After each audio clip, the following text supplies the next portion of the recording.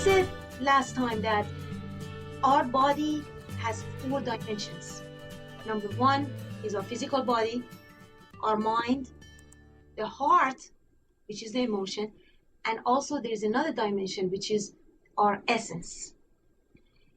The body only knows pleasures, that only knows eating, sleeping, reproduction, and so on. That sort of pleasures that everybody knows. The mind is a little bit more intellectual, knows happiness.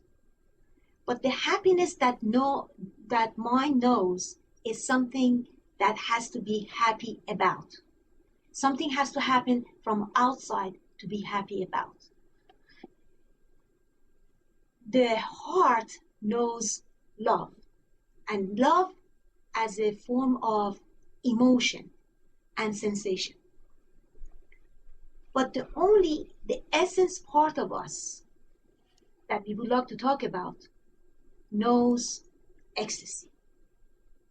And when I talk about ecstasy, I mean love, joy, peace, and overall truth.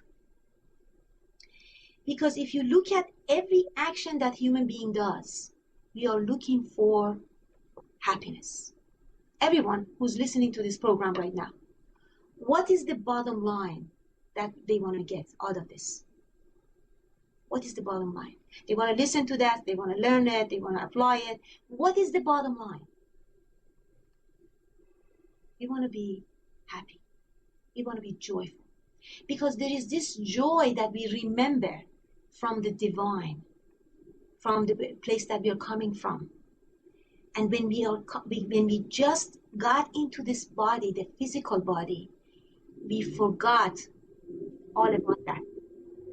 And all our lives are looking, we are searching for that joy, which was unconditional and uninterruptible joy. It was not the kind of joy would come and go. It was not like that. It was not like something that you have to inject to yourself, the happiness from outside. It was some consistent, permanent, uninterruptible joy. Now, that joy is not outside. Now, I would give you some examples that how we got into this trick of mind. And that's why we are here tonight, to get ourselves out of it. Now, as I said, the mind thinks that it can find us that happiness that we are looking for. So what the mind did to us, to all of us, is the first thing it did is created this character which is identified totally with the physical body, with the mind, anything that goes in the mind, and with the emotion that was happening within this body. So it created this character who is only limited to these 3 dimensions. Now, with this character, with these 3 dimensions, now this mind is trying to go and find us happiness.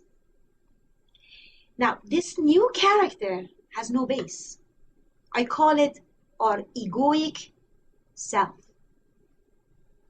It's based on this illusion of the mind that I am this body, which has all these thoughts going on in it, and these emotions that has a result of all those thoughts.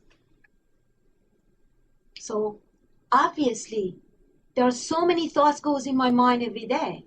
60,000 thoughts goes in our mind in average. Some of them are positive, some of them are not so positive. Some of them are good, some of them not so good. They are judgmental kind of thoughts. They are some negative thoughts. Different kinds of thoughts is going on into my mind. So if I identify myself with that kind, whatever that's going on in my mind, obviously I don't like my own company. Obviously I don't like myself. that's for sure I am looking for something to add into myself to feel better. So therefore, here I am with this character. I'm trying to now go into this world and achieve, and add into myself.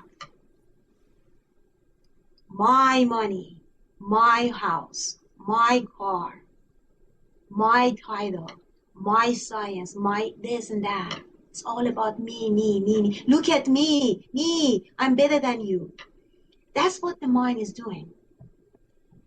This character has so many specific characteristics that I would like to talk about. So we definitely, we know it for sure that any action that comes from it, we catch it right there and then. So we know this is right coming from the ego and is not coming from essence. Okay?